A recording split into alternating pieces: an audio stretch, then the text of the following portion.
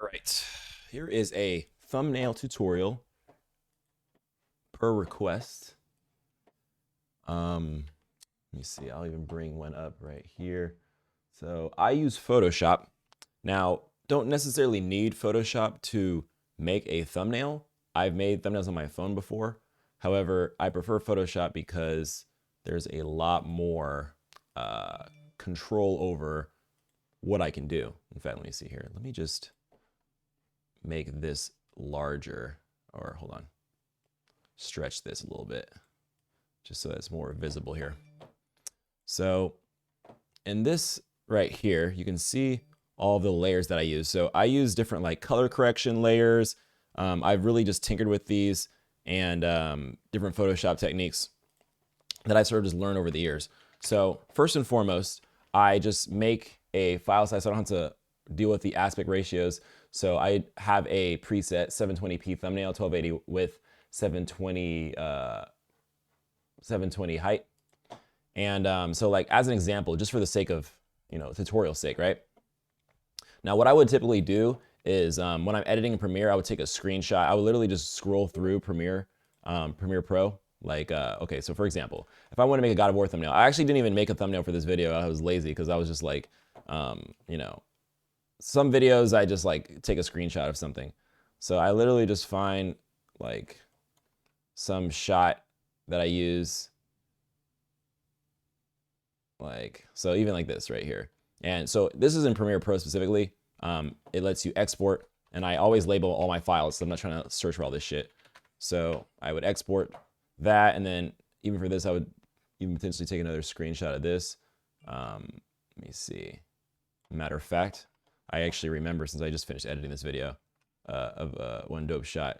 It's like there's this one part where this thing comes at me with a shield, which would make for a good thumbnail as well. Let me see. Right here. So, okay. All right, so I got two screenshots now. And then go into Photoshop, and then I would go to where I have them saved. And when they're labeled, they're also easier to find as well. All right, so first I would crop anything that I'm not gonna use just so that I don't have to like deal with it. Crop. And then I use this quick selection tool. Now there's another one, if you right click the quick selection tool, magic tool, which you just can select certain aspects and it will automatically select them, but you see it automatically like graphs layers. So if this is like a very clear background, then I would use the magic wand, but since it's not, I would just overwrite it. So I would just use the quick selection tool. And so if I just drag it, it'll select everything. But if I wanted to have it do the opposite, I would hit Alt and then it would deselect.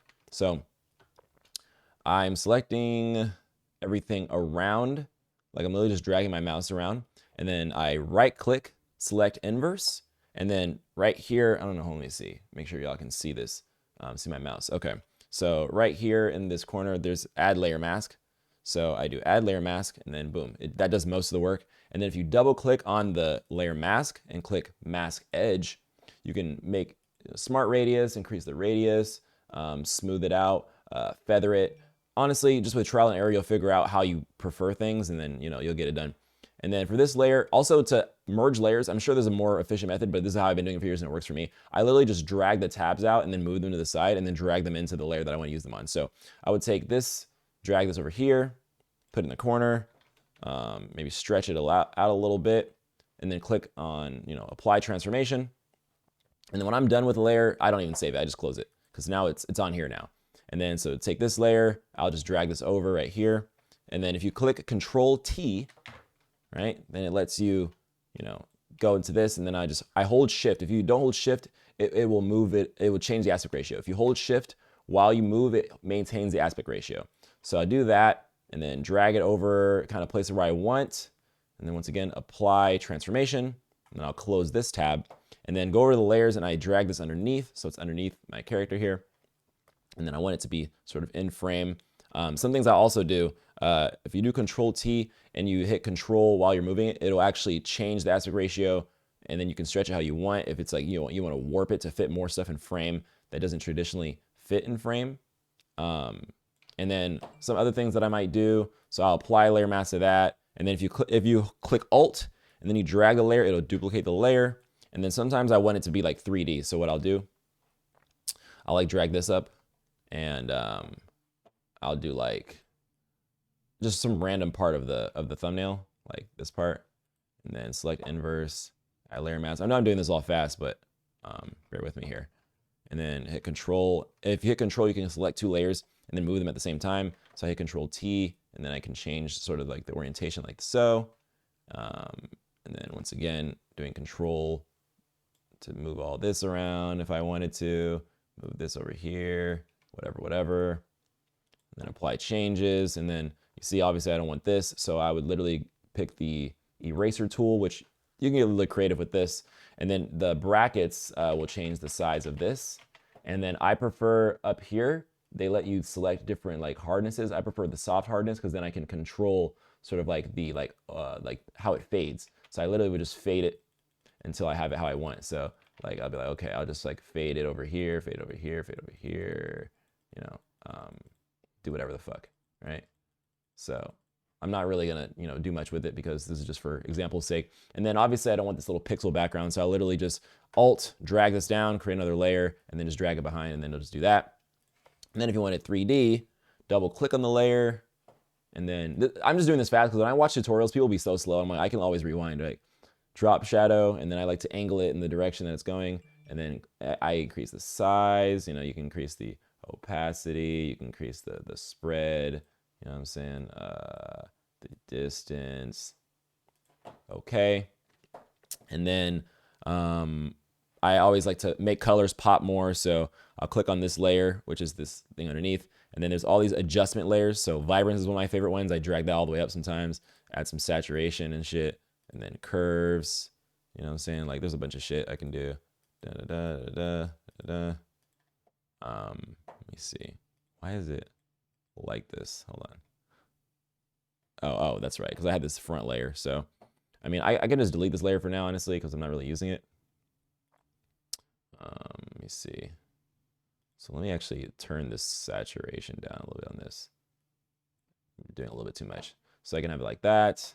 And then for the effects, I go on Google and just save a bunch of effects, and I call them particles. And I can do a bunch of things. So there's like you get some racing lines. So right click, layer from background, okay. And then screen removes all black and maintains all other colors. So then I can just drag it, close that, Control T, and then Shift, move this over so I can have it be like that. And then I can do Control, you know what I'm saying, while I drag these to move that in there. And then if like there's certain parts of it that I don't want, I get the eraser and I'll just like erase. Okay, like there's too much going on right there. And then I'll sometimes get carried away and throw too many things on here. Like I can go crazy. I can like, just be doing this shit all day and just have all types of just fuckery going on. And there's a lot of times I do. I don't even like put much thought into it a lot of times. I just am indiscriminate because like at the end of the day, like, it don't really matter that much. So just like random shit, or like I can even put this one above. I'll put it over here. And then I like to add like some type of like sparks flying or whatever. So like one of the main ones that I use is like, here's a spark one. So same thing, right click layer from background, and then screen it, drag that out, drag that over, and then close this.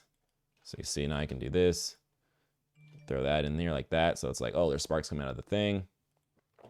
And then I would take my eraser because I don't like my face being covered, or I don't like there's be too much stuff like covering me. Maybe clear some of Kratos' face a little bit.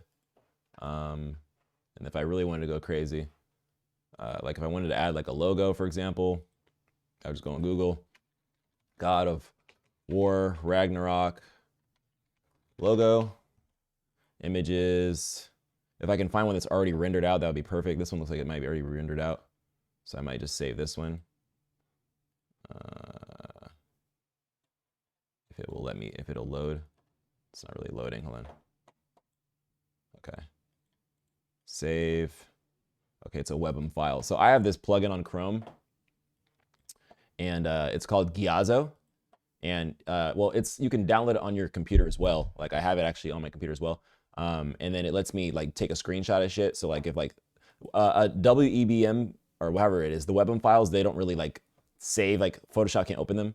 So you see I took a screenshot and then it makes it a PNG file, and then I can save it. So let me see, I'll just save it to random place, random folder. And then open, let me see if I can find, how long it's gonna take me to find this. Let me see if I can go in quick access and then just go out here. Logo, it's not alphabetical order. I'm pretty sure this is this folder I saved it to. Hold on, let me double check. This is also why I'd be labeling shit, because I didn't label it. Hold on.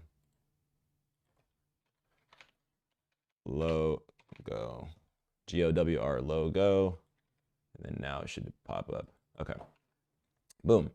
Make that pop a little bit more too. Oops. You know, just doing random shit until I'm like, yeah, that's fine.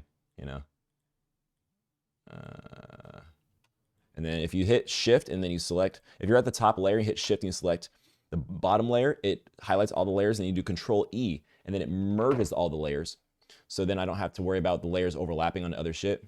And then I'll just take this, Control T, take this, hold shift while I drag this, and then move it over here.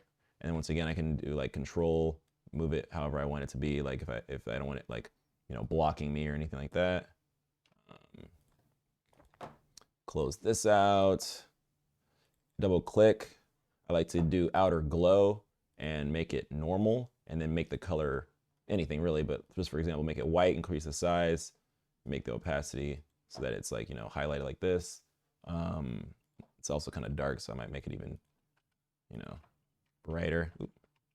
So yeah, whatever the fuck. So there you go. Thumbnail. I know I made it look really easy. Obviously, this took a lot of practice, like of doing this for years, but that's essentially what I'd be doing. Boom.